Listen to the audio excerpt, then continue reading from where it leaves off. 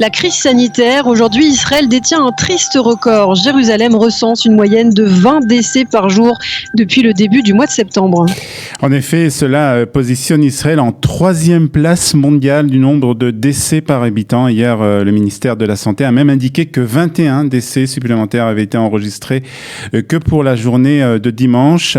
D'après ces chiffres, seuls l'Argentine et Guam, qui est un territoire insulaire américain en Micronésie, ont enregistré un taux de mortalité par habitant plus élevé ces derniers jours. Hier, 1964 Israéliens se sont avérés être positifs au Covid-19, ce qui est certes une certaine baisse par rapport aux chiffres de ces derniers jours, mais il faut prendre en compte que pendant le Shabbat et les fêtes, le nombre de tests réalisés est inférieur à la normale, mais les spécialistes observent tout de même une certaine baisse du nombre de contaminations, même s'il convient de rester prudent. C'est d'ailleurs ce que Benjamin Netanyahu a déclaré hier dans un film posté sur les réseaux sociaux. Les décisions concernant la poursuite du confinement après la fête seront prises après la fête de Simchat Torah.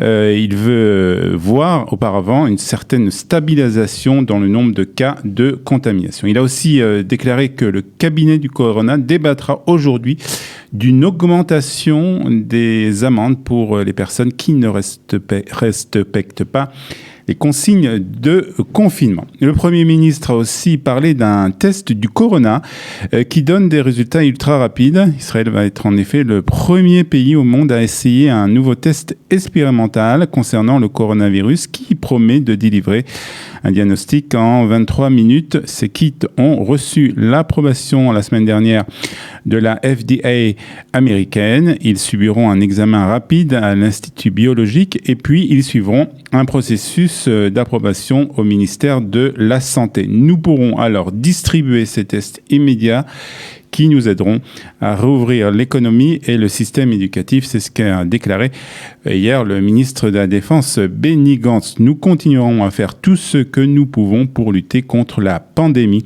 et retrouver nos vieilles routines, a ajouté le ministre de la Défense. Et puis en politique, un vent de protestation souffle au sein du parti Kahol Lavan. Vendredi, je vous rappelle que le ministre du Tourisme, Assaf Zamir, de ce parti, Kahol Lavan, avait démissionné pour marquer ses désaccords avec Benjamin Netanyahu. Et hier, la députée du parti bleu-blanc, Miki Haïmovitch, a déclaré que de plus en plus de responsables au sein de sa formation envisageaient sérieusement de rompre l'accord conclu avec le Likoud du Premier ministre Benjamin Netanyahu. Une telle initiative signifierait la dissolution du gouvernement d'union actuel et conduirait le pays vers une 4e élection législative depuis le mois d'avril 2019. Ces derniers jours, il y a un groupe de plus en plus important au sein de Bleu-Blanc qui réfléchit à l'option de dissoudre de manière responsable le partenariat avec le Likoud sans renoncer aux positions de pouvoir, mais en agissant pour remplacer Benjamin Netanyahu. C'est ce qu'a déclaré la députée Miki Haïmovitch à la chaîne publique Cannes. Dans le même temps, le ministre de l'enseignement supérieur et membre du Likoud, Ze'ev Elkin, a déclaré, lui, à la radio de l'armée que si Bleu-Blanc ne permettait pas au gouvernement de fonctionner, il n'y aurait peut-être pas d'autre choix que d'aller vers d'autres élections. Et puis on parlait la semaine dernière de pourparlers qui pourraient commencer avec les Liban. Ces négociations porteront uniquement sur les lignes de démarcation maritime. C'est ce qu'a déclaré hier une source diplomatique ici à Jérusalem. Cette affirmation contredit aussi les déclarations américaines et libanaises selon lesquelles Jérusalem et Beyrouth s'étaient mis d'accord pour lancer des négociations sur la délimitation des frontières terrestres et maritimes dans les locaux de la force intérimaire des Nations Unies à Nakoura.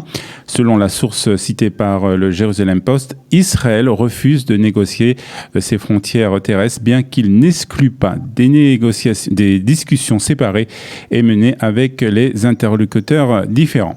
Les négociations concernant les frontières maritimes ont pour enjeu une aire de 860 mètres carrés au large de Tyr, potentiellement riche en gaz. Les dernières négociations bilatérales entre Israël et le Liban, chapeautées par Washington, avaient eu lieu en 1983 en pleine guerre civile libanaise. Elles avaient abouti à un accord visant à engager des pourparlers de paix, mais cet accord avait été abrogé après son sujet par plusieurs partis libanais.